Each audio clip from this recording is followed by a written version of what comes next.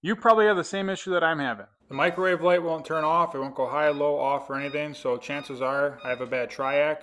I can either buy a new microwave, replace the circuit board, or replace the triac. So that's what I'm going to do. So to start, I'm going to unplug the power. Make sure it's completely off. Push the buttons, make sure it's off. Find the Surface Tech manual. You just pop this cover off. You can pull the manual out. They'll show you where the triac's at. On my microwave, it's behind this control panel on the circuit board. There's just one screw holding it on. So we're going to loosen up that screw.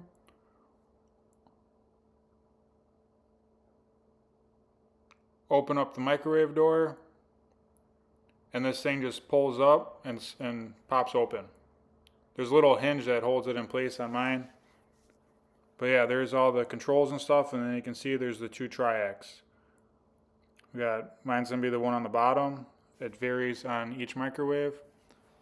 I'm gonna take pictures so I know where all the wires go, and then I'm gonna unplug all these wires. Make sure there's no power. It's very dangerous working on microwaves.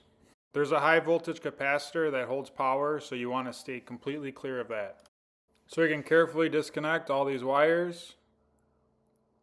Be very careful with them because you could pull the plug out of the circuit board. Then you'll have a bigger problem.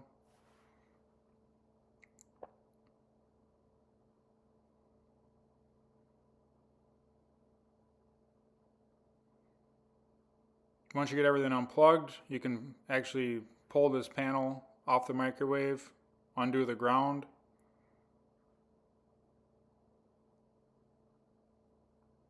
Now let's bring us into the garage. Now we can start taking this board off. It's held on by 4 screws. We got 2 up top, 2 on the bottom, and then that one plug up top we're going to remove too. The plug on the side we're going to keep attached. You could, if you want to try to remove it, you can, but I didn't want to mess with that.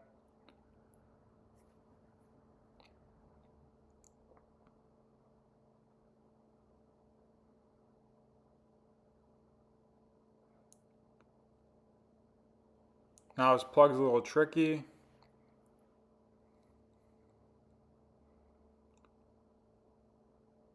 Now we can see the back side where everything's soldered. So right here on this technician sheet, it tells you where the hood light is. And then if you follow the line down, it'll show you where the triac is, and that's 7919. So now we're going to look at the circuit board and look for 7919.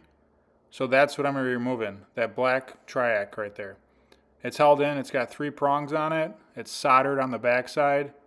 So I'm going to heat up each one of those prongs, and then we're going to pull that thing out of there. Then we're going to put the new one in and solder it in.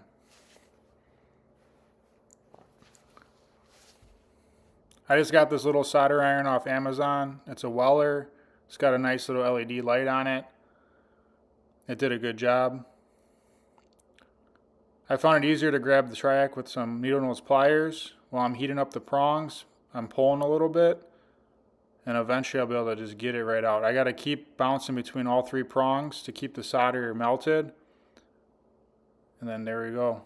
If you see this thing's got a little bend on it in the middle prong, so we're going to have to do that to the other one. I'm just using some needle nose pliers. I'm going to bend it one way and then bend it up.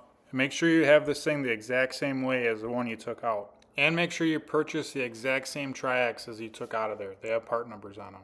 There you go. There's the new one. Matches the old one. So now we're going to pop it right back in those 3 holes and heat it up and solder it the same way that we removed it before. I just heat up each one of those legs and then touch the solder to it. And then now we can get the panel all put back on. We can bring it back inside and hook everything back up the way it was. Use the picture off your phone that you took earlier. Make sure everything is back exactly how it was before you plug it back in. Let's turn it on. And now let's see if this thing works. There we go, dim, off, high, low, off. Perfect. So now my microwave's fixed. Like, comment, subscribe for more videos. See you guys next time.